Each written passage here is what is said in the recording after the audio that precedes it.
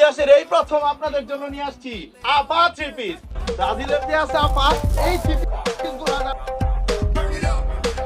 আমি আগে জানতাম যে টিকটকারদের মাথায় ব্রেন নাই, বাট এখন দেখি শুধু টিকটকার না, বাংলাদেশের অধিকাংশ মানুষের মাথায় ব্রেন নাই, মানে বুদ্ধির অভাব। মানে বাঙালি হয়েও আর্জেন্টিনা ব্রাজিলকে সাপোর্ট করার কারণে আর্জেন্টিনার সাপোর্টাররা ব্রাজিল সাপোর্টারদের উপর এন্ড ব্রাজিল সাপোর্টাররা আর্জেন্টিনার সাপোর্টারদের উপর এমন ভাবে লেগে থাকে যে দেখে মনে হয় তাদের সাথে মনে হয় জন্মগতভাবে শত্রুতা আছে। বাট আমি চিন্তা করি একটা দেশের মানুষ এতটা ব্রেনলেস হয় কেমনে? না মানে বাংলাদেশেও তো ফুটবল টিম আছে, হয়তোবা তারা কখনো বিশ্বকাপে চান্স পায় না, বাট এরপরও তো বাংলাদেশে একটি ফুটবল টিম আছে। বাট এরপরও যে মানুষ অন্য দেশের প্লেয়ারদের কেন এত সাপোর্ট করে ওইটাই আমি বুঝি না। এইখানে আমি বোকাচোকা নাকি ওরা বোকাচোকা?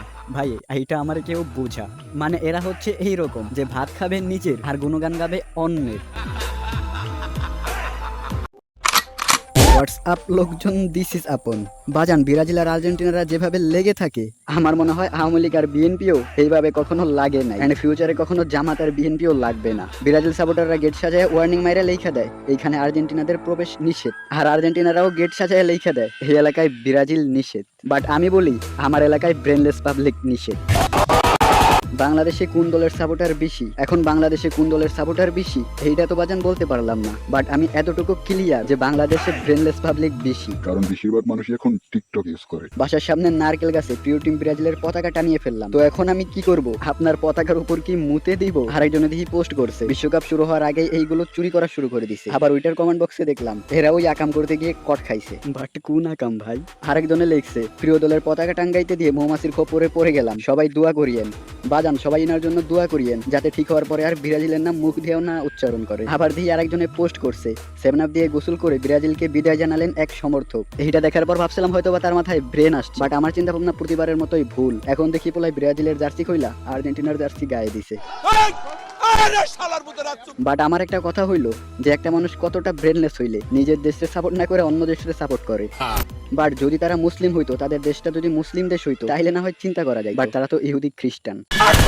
আজকে এরা হচ্ছে বর্তমান মুসলিম যুব সমাজের নায়ক, যারা কিনা ইহুদি খ্রিস্টান। এর থেকে আফসোস আর কি হতে পারে? তারা শরীরে এক চোখে টেটু অঙ্কন করে দাজ্জাল লিয়াতকে প্রকাশ করছে, যেরকম ভাবে ইলুমিনাতির সদস্যরা করে থাকে। তাদের মিশন হলো পৃথিবীতে নিউ ওয়ার্ল্ড অর্ডার প্রতিষ্ঠা করা। এদের মতো রাঘব বোয়ালরা ইলুমিনাতির সদস্য হয়ে থাকে। বাট সত্যি কি মেসি নেইমার ইলুমিনাতির সদস্য?